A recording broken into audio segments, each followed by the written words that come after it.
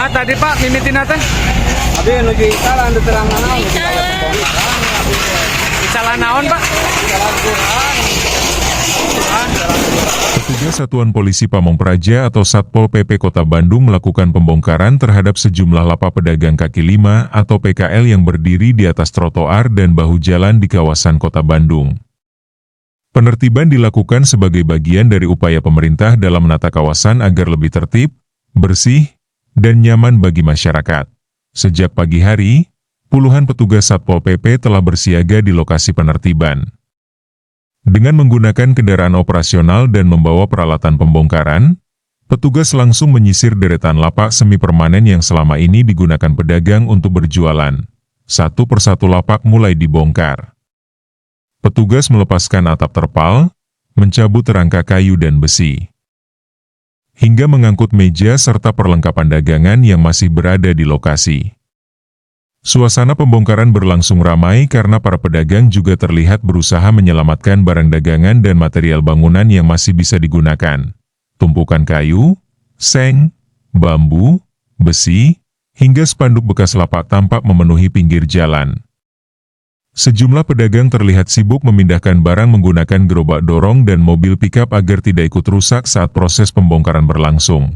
Meski sempat diwarnai ketegangan kecil, proses penertiban secara umum berlangsung kondusif di bawah pengawasan aparat kewilayahan dan kepolisian. Petugas terus memberikan imbauan kepada pedagang agar tetap tenang dan mengikuti proses penertiban dengan tertib.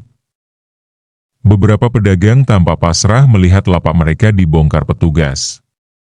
Tidak sedikit dari mereka yang mengaku telah bertahun-tahun berjualan di lokasi tersebut dan menggantungkan penghasilan keluarga dari usaha kecil yang dijalankan setiap hari. Sebagian pedagang bahkan terlihat emosional saat membereskan barang dagangannya. Mereka mengaku khawatir kehilangan pelanggan dan kesulitan mencari lokasi baru untuk berjualan setelah lapak dibongkar. Namun di sisi lain, pemerintah Kota Bandung menegaskan bahwa penertiban dilakukan karena keberadaan lapak PKL dinilai melanggar aturan.